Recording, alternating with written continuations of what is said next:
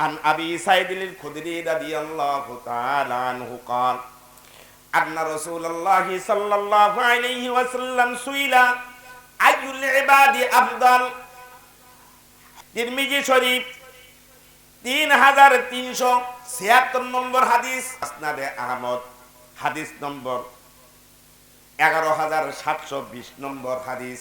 হযরত আবু সাঈদ খুদরি রাদিয়াল্লাহু তাআলা আনহু থেকে বর্ণিত, একজন ব্যক্তি রাসূলুল্লাহ সাল্লাল্লাহু আলাইহি ওয়াসাল্লামের কাছে জিজ্ঞাসা করলেন, হে আল্লাহ রাসূল, আইয়ুল ইবাদি আফজাল, কোন বান্দা সবচেয়ে উত্তম, কোন বান্দা আমল করে করে কি করে আল্লাহ উত্তম বান্দা হতে পারে, আল্লাহর প্রিয় বান্দা হতে পারে, সে বান্দাকে কথা কি বুঝে আসছে? ওয়া আরফাউ দারাজাতান ইনদাল্লাহি ইয়াউমাল কিয়ামাহ, আর এমন কি ইবাদত আছে, আগে জিজ্ঞাসা করেন আইয়ুল ইবাদি আফদাল, কোন ইবাদতটি উত্তম, আবার এমন কোন ইবাদত আছে যে ইবাদতটা করলে পরে কিয়ামতের মাঠে আল্লাহর কাছে আমি প্রিয় পাত্র হব, সম্মানিত হব। আল্লাহ রাসূল বলেন, ক্বালা, আল্লাহ রাসূল বলেন, আযযাকিরুন আল্লাহ কাসীরান ওয়াযযাকিরাত, হে আল্লাহর বান্দা শুনে রাখো, সবচেয়ে উত্তম ইবাদত আর যে ইবাদতটা পালন করলে পরে কিয়ামতের মাঠে তুমি আল্লাহর প্রিয় পাত্র হইবা, সে হলো আমার উম্মতের মধ্যে ওই পুরুষ ওই নারী যে বেশি বেশি আমার আল্লাহর জিকির করে। কি করে? ওই ব্যক্তি জিজ্ঞাসা করলেন, কিলা ইয়া রাসূলুল্লাহ, ওই ব্যক্তি আবার জিজ্ঞাসা করলেন, হে আল্লাহর রাসূল,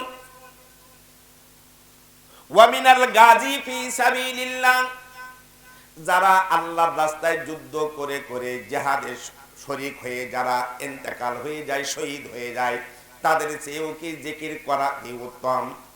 তার এই জিকির করনেওয়ালার মর্যাদা কি আল্লাহর কাছে বেশি?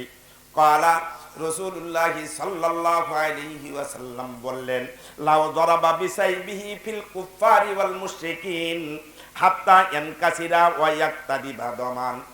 আল্লাহ রাসূল বলেন, আল্লাহর বান্দার মধ্যে কোন বান্দা হাতে তরবারি নিল,